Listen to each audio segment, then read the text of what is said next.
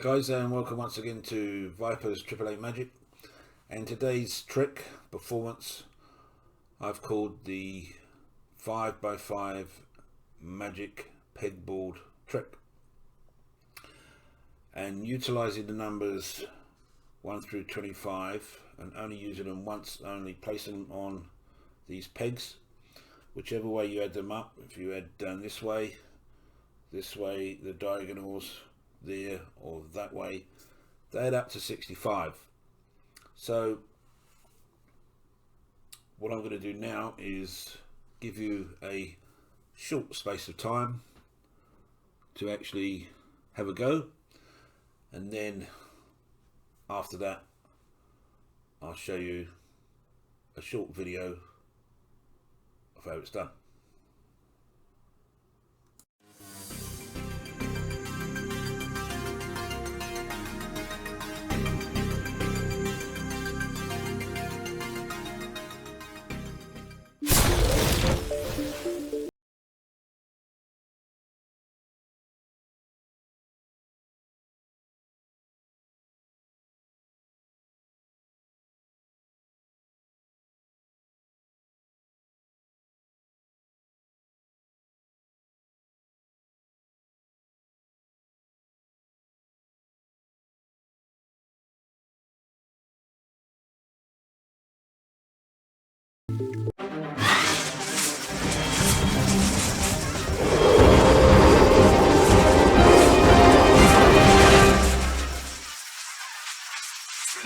Hi guys, well I hope you like the trick, and without further ado I'll show you the method that you can use to show your guest or spectator how you actually do it. So the very first step is the number 1 always goes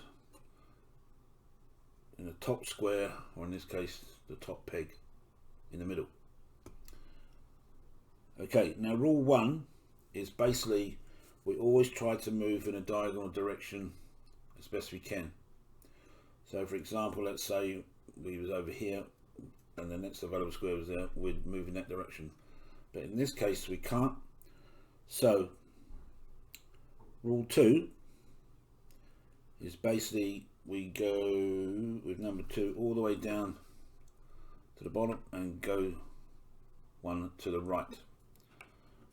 So number 2 goes there. Now in this case, number 3 will go here because that's rule 1 applies. We can move in a diagonal direction.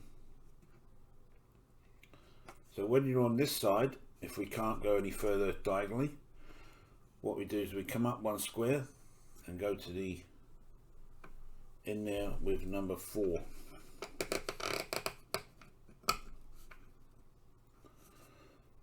We're now on this side here with number 4. We can actually move in a diagonal direction, so we put the number 5 there. We can't go any further here, so what we do is we drop down 1 peg or 1 square and put the number 6. We can continue in this direction, so number 7 and number 8 is here. So again, we can't go any further in this direction, so we come down 1 across and we put 9 there. On this side of the pegboard or squares, from there the next number we come up 1 and go to here. So number 10 will go here. Can't move any further direction diagonally, so from this position we drop down 1 and we place the number 11 there. So we can continue all the way now. So number 12 will go here, number 13 in the middle there, number 14 here, and number 15 over here. So as we're on this side and we can't come up any squares and go to this direction, so we drop down one and place number 16 there. We can't move any further diagonally in this direction, so we come up one and move to the end. So number 17 will go here.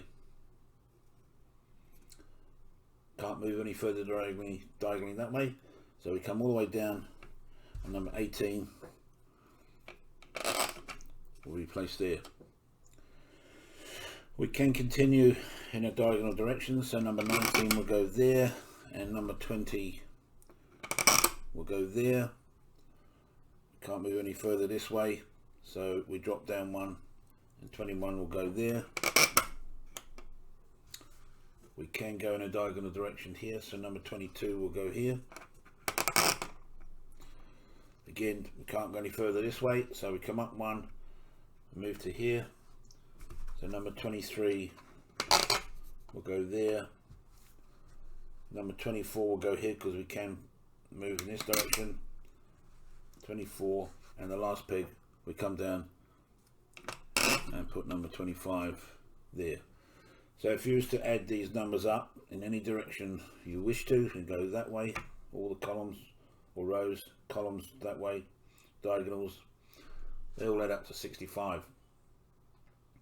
So there's basically, as I said, there's really first step, which is here in the middle, and rule 1 is always try to move in a diagonal direction as best as possible. If you can't do that and you're on the top line, rule 2 applies, which is come all the way down to the bottom and you go one peg or square in this direction. So now rule 1 applies, 3 there, can't go any further that way. So now we come up one square, 4 there, 5, drop down one, and so on, and follow all the way around. So the basic principle of it is always move in a diagonal direction if you can. If you can't, you come down, bottom, go that way, and so on, and then if you're on this side you move up accordingly. So this particular method will work with any odd numbered square, so you can do 7 by 7, 9 by 9, 11 by 11, and you'll always start in the top here, and the last number you'll always finish at the bottom here. And the beauty of this is you can actually ask the guest if they want to start this side, or that way, because if I was now to rotate this round and completely turn it upside down, see, number 1 is still technically at the top square, but in my case this is obviously the bottom row now. 2's here, 3's here, 4, 5, and it works. So even if you went that way and we turn them around, so it actually, best you can see it doesn't change the order whichever way you look at it, because it's still 1, 2, 3 and so on. So I really hope you like the trick, guys, and put a tick in the like box, subscribe, leave your comments, and we will catch up with you next time for another trick and performance at Viper's Triple Eight Magic.